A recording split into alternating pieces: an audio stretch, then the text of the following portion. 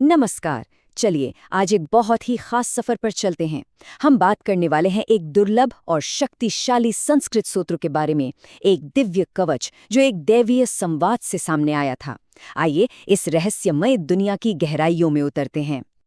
देखिए, इसकी शुरुआत ही कितनी दमदार है। श्लोक खुद कहता है, ये कवच संसार में दुर्लभ है और सम्मोहन का यानी किसी को भी अपनी ओर आकर्षित करने का सबसे बड़ा साधन है। तो ये पंक्तियां साफ कर देती हैं कि ये कोई आम स्तोत्र नहीं, बल्कि एक बहुत ही असाधारण शक्ति है। तो इसका मतलब क्या हुआ? ये सिर्फ बाहरी खतरों से बचाने वाली कोई ढाल नहीं है। असल में ये आत्मा को बदलने का, उसे रूपांतरित करने का एक जरिया है। इसे एक तरह से देवत्व का दिया हुआ एक तोहफा समझना चाहिए जो हर जीव के कल्याण के लिए है। अच्छा, इस दिव्य कवच का इस्तेमाल करने से पहले ये जानना बहुत जरूरी है कि इसकी बुनियाद क्या है। वो कौन सी पवित्र चीजें हैं जो इसकी असली शक्ति को जगाती हैं, उसे अनलॉक करती हैं। तो सवाल उठता है कि किसी मंत्र की शक्ति को पूरी तरह कैसे खोला जाए। इसके लिए हमारे प्राचीन ऋषियों ने एक खास तरीका बताया है, एक तरह की आध्यात्मिक चाबी, जिससे ये पक्का होता है कि स्तोत्र अपनी पूरी ताकत के साथ काम करे। ये 5 कुंजियां ही किसी भी कवच को सक्रिय करती हैं। सबसे पहले ऋषि, जिन्होंने इसे पहली बार महसूस किया। फिर छंद, जो इसकी धुन है। देवता, जिनकी ये शक्ति है, शक्ति जो ऊर्जा का स्रोत है। और आखिर में कीलक, जो इस सारी ऊर्जा को एक जगह लॉक कर देता है, उसे स्थिर करता है। किसी भी मंत्र की कामयाबी के लिए इन 5 का होना बेहद जरूरी है। तो अब जब हम इसकी बनावट को समझ गए हैं, तो चलिए अब इसकी निर्माण प्रक्रिया में चलते हैं। देखते हैं कि ये प्रकाश का कवच बनता कैसे है, सिर से लेकर पांव तक। इस कवच का निर्माण शुरू होता है एक दिव्य हेलमेट और एक छाती कवच की कल्पना से। शरीर के इन सबसे जरूरी हिस्सों की सुरक्षा के लिए ईश्वर के खास स्वरूपों को पुकारा जाता है। ये एक एक करके बिल्कुल सिस्टमैटिक तरीके से बनने वाली चीज़ है। ये एक ऐसी प्रक्रिया है जिसमें हमें सोचना है कि शरीर के चारों ओर परत दर परत एक चमकता हुआ दैवीय कवच तैयार हो रहा है। और जरा इसकी बारीकी तो देखिए, ये सुरक्षा पैरों तक जाती है, यहाँ तक कि पैर के अंगूठे तक।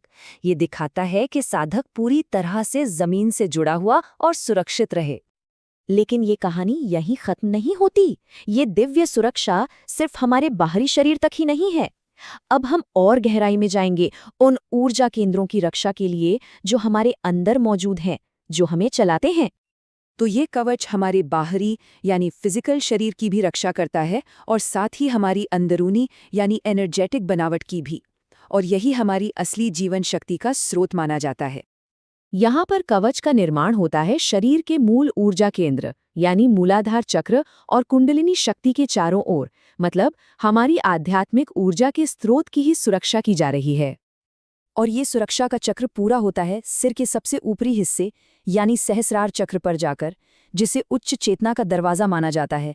इससे यह तय हो जाता है कि पूरी आध्यात्मिक प्रणाली अब सुरक्षित है। तो अब ये दिव्य कवच तैयार है, पर यह हमें बचाता किससे है? चलिए अब उन अनगिनत डरों और चुनौतियों की दुनिया में झांकते हैं जिनका सामना करने के लिए इसे बनाया गया है।